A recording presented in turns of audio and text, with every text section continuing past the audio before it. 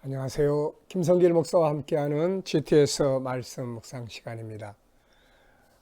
오늘은 7번째 주간의 4번째 날 묵상입니다.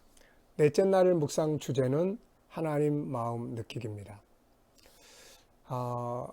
우리가 인간 삶의 성공이라고 하는 것은 다른 말로 말하면 관계 성공이라고 할 수 있죠. 우리가 창세기 1장을 이렇게 보면 하나님이 처음에 사람을 만드시고 그리고 인간이 가장 행복한 질서를 주셨는데 그게 이제 관계예요, 관계. 그래서 제일 먼저 좋은 관계를 가져야 될 게 하나님과의 관계입니다. 하나님과의 관계. 두 번째는 나 자신과의 관계예요. 자기 학대하지 않고 자기 스스로를 건강하게 관리하는 거죠. 그 다음에 세 번째는 이제 다른 사람, 가족, 이웃들과의 관계. 그 다음에 이제 네 번째는 이제 만물, 또 우리에게 부딪혀 있는 환경들이죠. 그래서 우리가 환경과 어떤 관계를 갖느냐에 따라서 우리의 삶이 행복해질 수도 있고 불행할 수도 있고 또 발전할 수도 있고 퇴보할 수도 있고 하는 것이죠. 자, 오늘은 하나님과의 관계를 좀 더 기억하고 사는 그런 묵상 시간을 이제 갖도록 하겠습니다. 자, 그러면은 본문 말씀 우리 2번 읽도록 하겠습니다. 읽을 때 눈으로, 말로, 생각으로, 그리고 깨달아지는 것, 순간순간 본문 읽으면서 깨달아지는 건 체크하시라는 것. 그게 바로 보물을 찾는 것이거든요. 그냥 내버려두면 다이아몬드가 싹 흘러가 버리니까 체크를 해두시면 나중에 봐도 그게 남는 것이죠. 자, 그러면은 본문 말씀 읽는데 먼저 구조를 기억하고 읽어보세요. 4.1.4.2. 처음에 네 구절은 히스기야가 왕이 된 다음에 개혁을 이제 하려고 하는 데까지. 그 다음에 1은 레위인과 제사장들을 다 모아놓고 그 사람들에게 이제 선포하는 이야기. 그 다음에 이제 4는 지난날 자기들의 조상들이 하나님 앞에 어떻게 했는데 그 결과가 어떻게 나타났는지 그게 네 구절이에요. 그 다음에 이제 2, 그 내용은 히스기야 자기 자신의 결심. 그리고 이제 레위인들에게 게으르지 말고 신속하게 이 일을 하라. 이제 이런 내용이죠. 그래서 4.1.4.2. 항상 어떤 내용을 볼 때는 먼저 여기에 구조가 어떻게 됐는지 이거부터 살펴봐야 돼요. 그러면 빨리빨리 이해하고 암기하는데 도움이 될 수 있습니다. 자, 29장 1절부터 11절까지를 두 번 읽겠습니다. 히스기야가 왕위에 오를 때에 나이가 25세라 예루살렘에서 29년 동안 다스리니라. 그의 어머니의 이름은 아비야요 스가랴의 딸이더라.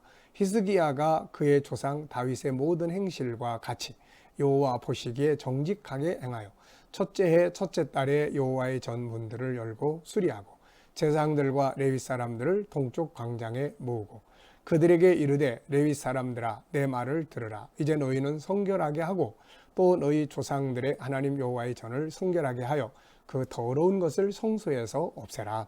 우리 조상들이 범죄하여 우리 하나님 여호와 보시기에 악을 행하여 하나님을 버리고 얼굴을 돌려 여호와의 성소를 등지고 또 낭실문을 닫으며 등불을 끄고 성소에서 분향하지 아니하며 이스라엘의 하나님께 번제를 드리지 아니하므로 여호와께서 유다와 예루살렘에 진노하시고 내버리사 두려움과 놀람과 비웃음거리가 되게 하신 것을 너희가 똑똑히 보는 바라. 이로 말미암아 우리의 조상들이 칼에 엎드러지며 우리의 자녀와 아내들이 사로잡혔느니라. 이제 이스라엘의 하나님 여호와와 더불어 언약을 세워 그 맹렬한 노를 우리에게서 떠나게 할 마음이 내게 있노니 내 아들들아 이제는 게으르지 말라. 여호와께서 이미 너희를 택하사 그 앞에 서서 수종들어 그를 섬기며 분향하게 하셨느니라. 아멘. 한 번 더 봅니다. 히스기야가 왕위에 오를 때에 나이가 25세라 예루살렘에서 29년 동안 다스리니라. 그의 어머니 이름은 아비야요 스가랴의 딸이더라. 히스기야가 그 조상 다윗의 모든 행실과 같이 여호와 보시기에 정직하게 행하여 첫째 해 첫째 달에 여호와의 전 문들을 열고 수리하고 제사장들과 레위 사람들을 동쪽 광장에 모으고 그들에게 이르되 레위 사람들아 내 말을 들으라. 이제 너희는 성결하게 하고 또 너희 조상들의 하나님 여호와의 전을 성결하게 하여 그 더러운 것을 성소에서 없애라.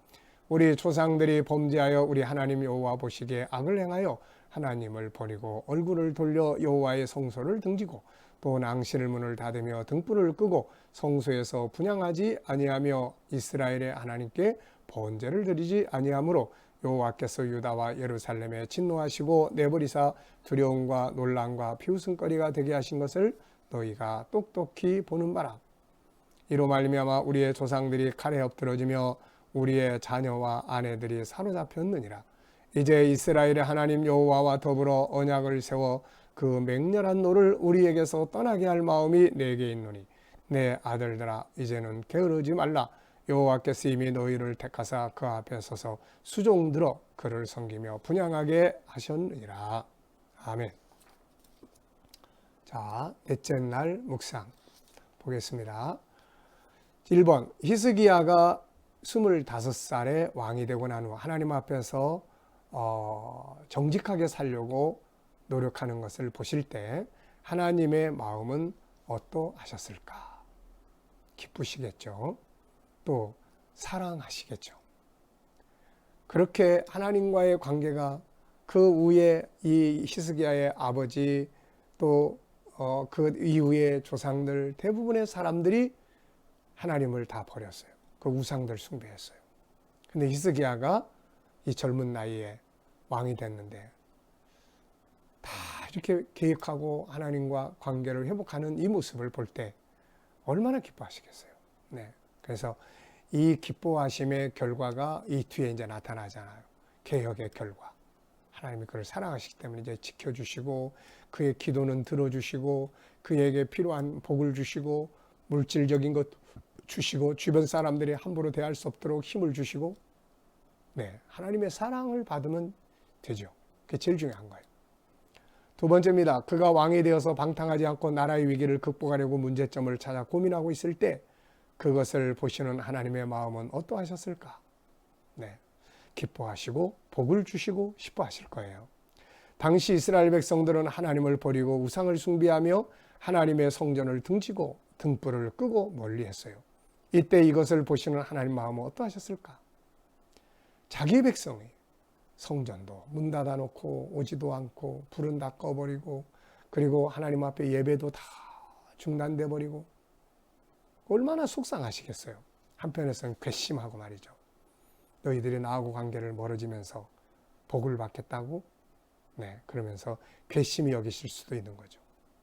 점점 더 가까워져야지 점점 더 하나님과 멀어져 버리면 안 됩니다. 당시 이스라엘 백성들이 하나님과의 관계를 끊고 예배, 기도 등 모든 것을 중단하게 된 이유는 무엇이었을까? 첫째 문제는 지도자들의 문제가 있지 않았나 싶어요.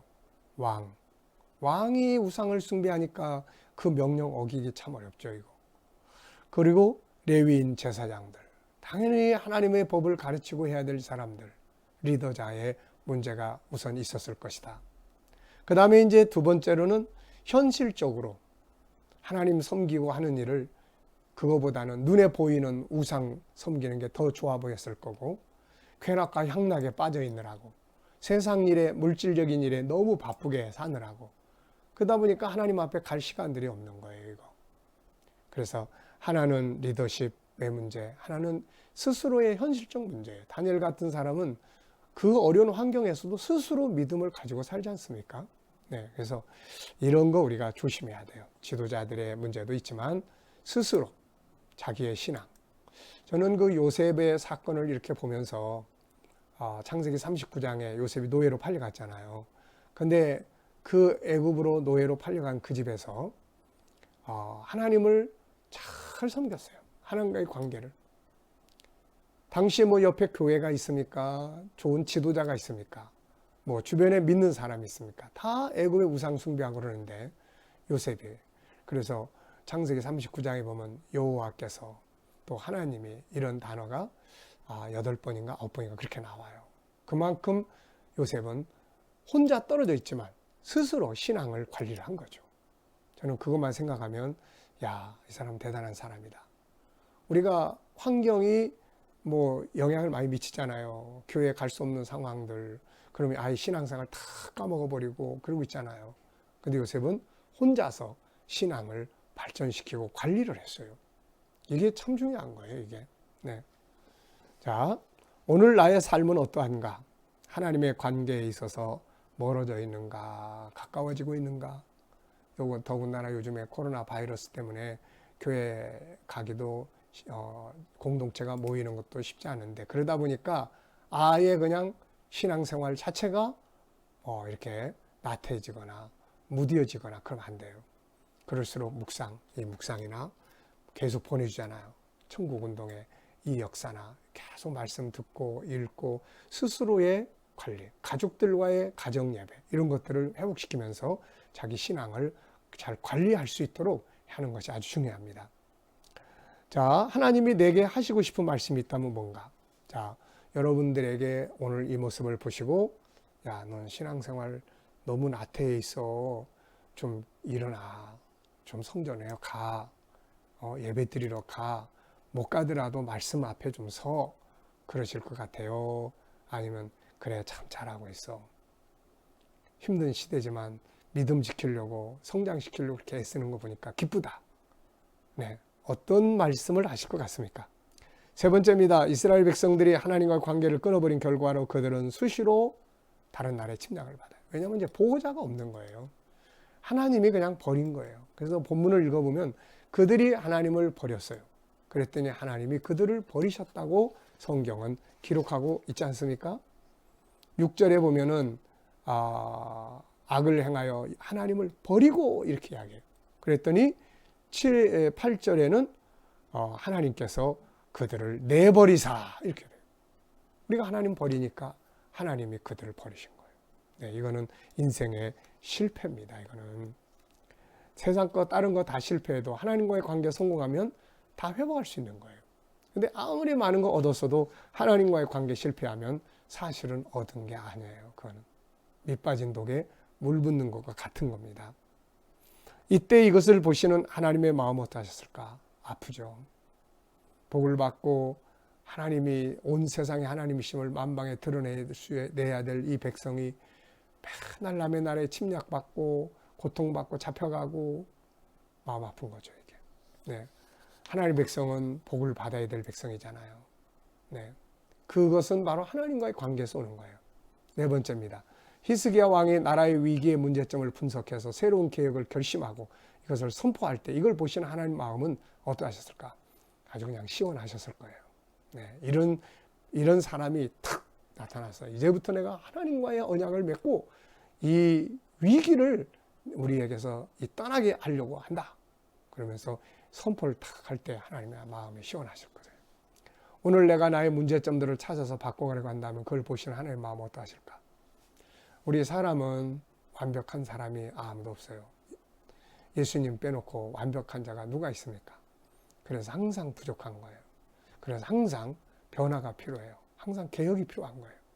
그래서 나는 이대로 살 거야 이러면 안 되고 문제점이 뭔지 우리가 큰 개혁자 아니더라도 작은 개혁 하나라도 우리가 개혁해 나갈 수 있는 게 참 중요합니다. 이런 모습 볼 때 하나님은 기뻐하시죠. 문제가 있음에도 불구하고 그냥 고집 부리면서 그대로 살아. 네, 이러면 하나님이 속상해 하십니다. 네. 오늘 본문을 정리하면서 느끼는 하나님의 마음은 무엇인가? 변화해라는 거죠. 변화해라. 개혁은 변화예요. 문제점 하나라도 뜯어겠죠. 성경 안 봤으면 이제부터 한 말씀 보려고 시간을 만들고 기도 안 했으면 기도 시간 만들려고 하고 좀 변화예요. 변화. 본문을 정리하면서 감사한 건 무엇인가? 히스기야의 이런 모습. 네, 참 좋은 모습이고 감사한 모습이에요. 오늘 본문을 정리하면서 가장 기억에 남는 것은 무엇인가? 첫 해, 첫 달에 시작했다는 거. 전 이게 너무 감동적이에요. 첫 해, 첫 달. 네. 왕이 되고 나서 한참 지난 다음에가 아니라 첫 해, 첫 달. 네. 아마 미리 준비하고 있었을 것 같아요. 그 밑에 이제 질문 2개를 이렇게 적었어요. 왜 그는 왕이 되자마자 개혁을 시작했을까? 왕이 되기 전에 그는 어떤 마음을 가지고 있었을까? 아마도 그 아버지 아하스 왕이 우상 숭배하고 막 방탕하고 타락하고 이런 모습을 볼 때 이 아들이 더 성숙했던 것 같아요. 저거 아닌데, 저럼 아닌데. 그래서 자기 나름대로는 미리 준비를 한 것 같아요. 그래서 탁 왕이 되자마자 개혁을 바로 첫 해, 첫 달은 너무 멋있어요, 이 말씀이. 네. 우리도 하루를 시작하면서 또 한 주간을 시작하면서 항상 이번 주간에 나는 어떤 변화가 필요한가? 오늘 하루를 살아가면서 나는 어떤 변화를 주면 더 삶이 풍성해질 수 있을까? 이런 걸 좀 생각하고 살면 놀라운 은혜 역사가 일어나게 될 것입니다. 자, 오늘은 하루를 살아가면서 하나님을 한 번씩 의식을 해보십시오. 하나님을 한번 쳐다보고 나의 이 모습 보고 하나님 어떻게 생각하실까? 또 필요하면은 물어보세요. 주님, 아버지 이럴 때 제가 어떻게 해야 되죠? 네, 이 모습 속에 하나님 기뻐하시고 역사하시게 될 거예요. 자, 그럼 이제 오늘도 우리 함께 기도하면서 묵상을 마치도록 하겠습니다. 오늘 주신 말씀들 기억하면서 하루를 아주 변화가 일어나는 날, 복된 날 만드시기 바랍니다. 기도하겠습니다. 하나님 아버지, 이 히스기야가 왕이 되자마자 참 좋은 모습으로 개혁을 이루었습니다. 저희들도 항상 살아가면서 부족한 점 깨닫고 변화를 덜 이루어가는 삶을 살게 하여 주시옵소서. 오늘도 주님, 우리 자녀들 중에 또 우리 친척들 중에 이웃들 중에 믿지 않는 자들 다 주께로 돌아오게 하여 주시고, 또 우리 자녀들, 성도들 머무는 곳마다 저희들의 삶의 현장, 학습, 공부하는 일에 또 직장, 사업장에 함께하여 주시옵소서. 코로나 바이러스에 머리털 하나 상하지 않도록 지켜주시고 행하는 일들이 형통하게 하여 주시옵소서. 아버지 하나님, 이 나라의 지도자들에게 함께 하시고 하나님 이 나라와 민족 붙들어 주셔서 이 땅에서 속히 코로나 바이러스가 소멸되고 또 치료제와 또 백신이 개발되어서 한국의 위상을 온 세계에 더 퍼져가게 하여 주시옵소서.